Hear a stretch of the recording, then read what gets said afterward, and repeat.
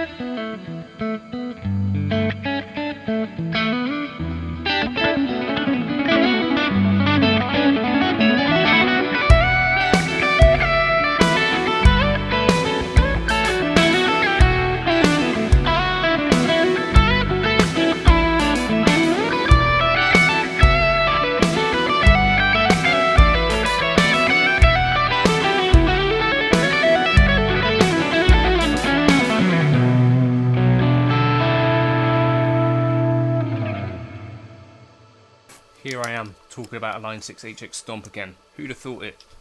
Surprising in a way, bit of a plot twist.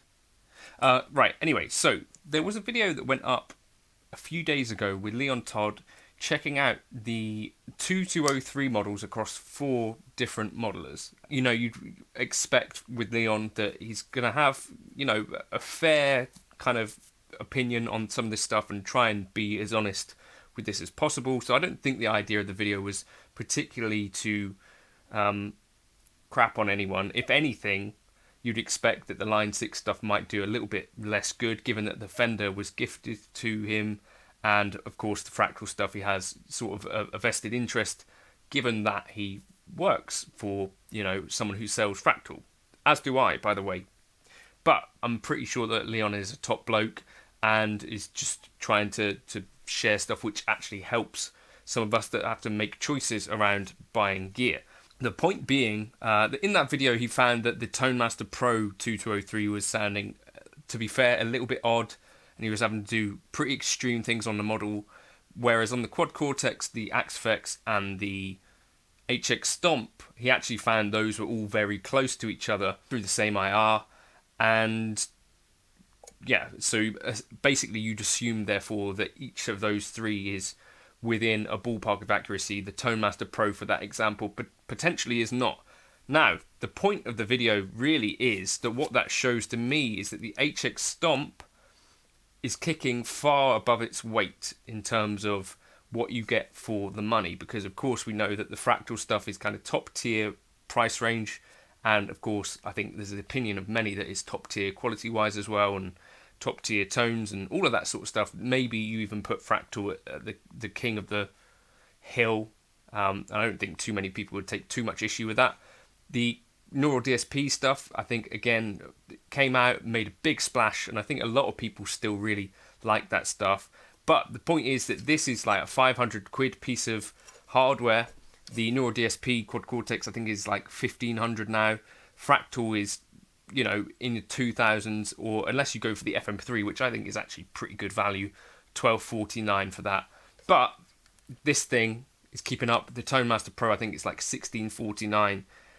Even though this is the lowliest of the bunch, is keeping up in terms of, there's a bunch of things it keeps up in terms of, actually. It's got more models in it than the Quad Cortex and the Tone Master Pro. It's got more effects than both. And to me, I think the quality of the reverbs is better than both of those now that they've got these dynamic series with Norm from Lexicon and Digitech on board. So some really fantastic stuff coming out of here. There's other things as well that you might check out if you really want to delve deep into this on the Fractal forums. Now, Cliff from Fractal often does these kind of graphs and things and adventures in accuracy, that sort of thing. And more recently, he actually included Line 6 alongside Universal Audio, Neural DSP, and an Axe-Fx 3. And the Line 6 was the second best underneath the Axe-Fx for aliasing performance. So what that essentially means is that the higher gain tones you've got, you get things, basically frequencies bouncing off of the Nyquist. I don't know, look somewhere else to explain aliasing properly. But what it essentially means is that underneath your core kind of fundamental, you get digital artifacts, and the Helix and the Axe-Fx have less of them than the competition, which is good to know. So in terms of sound quality there, you've got a good thing going with the Line 6 HX Stomp. So I think there's a bunch of people that have been sort of enticed into modelling by both Neural DSP and Fender, because their marketing teams are pretty adept at some of this stuff. And so people potentially are trying for their first modeler a piece of gear which is like £1,600. Now, I think modelling is not necessarily going to work out for everyone. I tried it in London in the 90s and it just I wasn't cut out for it. No, so modelling won't work for everyone, I think. There's a bit of a paradigm shift coming from using a real amp, but I think if you're going to try and dip your toe into the waters, something like the HX Stomp is a really safe bet, because essentially you're not going to end up losing much money, if it doesn't work out. And I think there's got to be a bunch of people for whom the modelling thing, they dip their toes in, they go back and think, actually, I was kind of having a better time with the real amp. But more models in the Helix stuff than most of the competition, more effects, and accuracy that does hang in there with the other devices when you actually do the proper A/B tests. I know historically people have, kind of poo-pooed the Helix stuff for quite a while, but I think now there have been significant improvements to the oversampling engine, to the cab engine, to the effects, and it's been very clear that in the 8 years that the Helix has been here, that Line 6 have been committed to actually improving things. And I feel like the HX Stomp is a little bit of a no-brainer, as in, pretty much anyone could get some great stuff out of this, unless you really hate menus, in which case, not for you. Let me know your thoughts in the comments if you bought an HX Stomp and liked it or not. I'd love to hear your thoughts. I use the HX Stomp far more than the flagship Helix. To me, although it's not as powerful as a Quad Cortex or a Tone Master Pro, what it does do is like the fundamentals that probably a lot of us might need to gig. Goes on a pedal board really nicely if you had a few pedals up front, like I do sometimes.